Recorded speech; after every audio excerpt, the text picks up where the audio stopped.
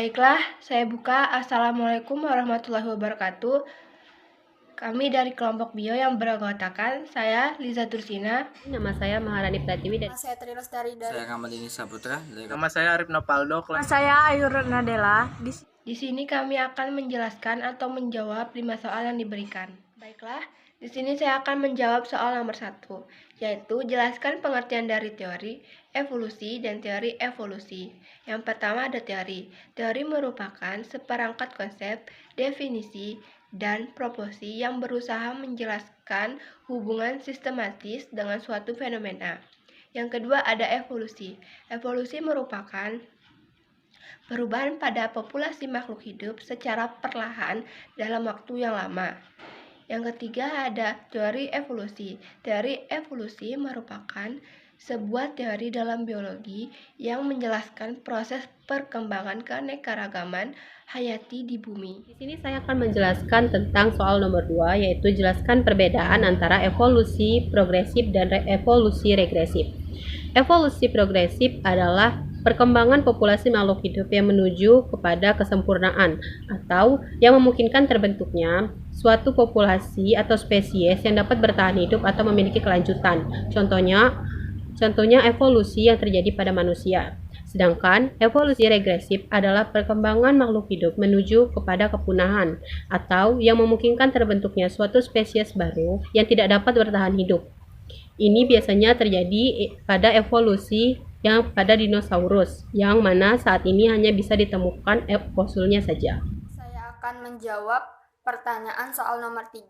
Soalnya itu adalah jelaskan teori evolusi menurut para ahli, minimal 3 ahli. Nah, yang pertama itu ada teori evolusi Lamarck. Teori evolusi Jean-Baptiste de Lamarck berisi 2 gagasan utama. Pertama, gagasan use and disuse, atau digunakan dan tidak digunakan. Bagian tubuh yang digunakan secara intensif untuk menghadapi suatu lingkungan tertentu akan menjadi lebih besar dan kuat, sementara bagian tubuh yang jarang digunakan akan mengalami kemunduran. Kedua, sifat atau ciri-ciri yang diperoleh dari lingkungan dapat diwariskan kepada keturunannya. Contohnya, awalnya nenek moyang jerapah berleher pendek. Leher jerapah mengalami pemanjangan untuk menjangkau daun yang lebih tinggi di pohon. Akibat penjuluran leher yang terus-menerus, leher jerapah menjadi panjang. Jerapah dengan leher panjang diwariskan pada semua keturunannya. Yang kedua, teori evolusi Darwin. Charles Robert Darwin mengemukakan pendapatnya. Yang pertama, spesies-spesies yang hidup sekarang ini berasal dari spesies-spesies yang hidup di masa lalu. Yang kedua, seleksi alam merupakan penyebab evolusi adaptif. Contohnya, awalnya jerapah memiliki variasi panjang leher, ada yang pendek, ada yang panjang. Seleksi alam lebih menguntungkan jerapah leher panjang. Jerapah leher panjang bisa menjangkau daun yang tinggi, bisa bertahan hidup, sedangkan yang leher pendek tidak bisa. Jerapah leher panjang diwariskan pada keturunannya. Pada generasi berikutnya, leher jerapah tetap bervariasi, tapi didominasi oleh jerapah leher panjang. Teori yang ketiga yaitu teori evolusi Weismann. August Weismann berpendapat bahwa perubahan sel-sel tubuh akibat pengaruh lingkungan tidak diwariskan pada keturunannya. Evolusi menyangkut pewarisan gen-gen melalui sel-sel kelamin. Hal ini bermakna bahwa evolusi berkaitan dengan gejala seleksi alam terhadap faktor-faktor genetik. Di sini saya akan menjawab pertanyaan dari nomor 4, yaitu jelaskan perbedaan teori sebelum Darwin dan teori sesudah Darwin. Teori sebelum Darwin. Para ilmuwan berpendapat bahwasanya makhluk hidup adalah bersifat tetap. Kemudian muncullah teori evolusi Lamarck. Ia berpendapat bahwasanya perubahan dapat terjadi karena faktor lingkungan. Ia memisalkannya pada jerapah. Ia berpendapat bahwasanya dahulu kala jerapah memiliki leher yang pendek.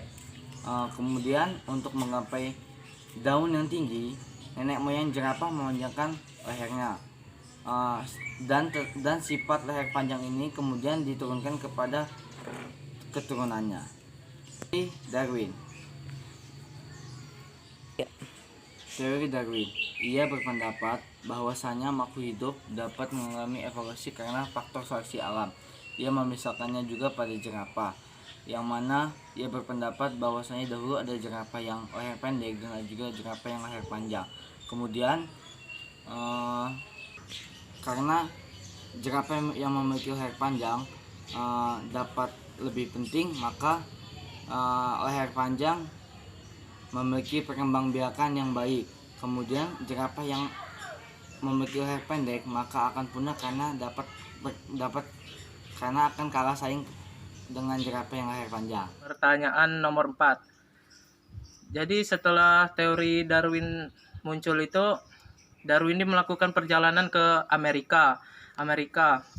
Nah, setelah melakukan perjalanan itu, Darwin mempublikasikan bukunya yang berjudul The Origin of Species by Means of Natural Selection. Di dalamnya Darwin mengemukakan teori evolusinya secara berkala.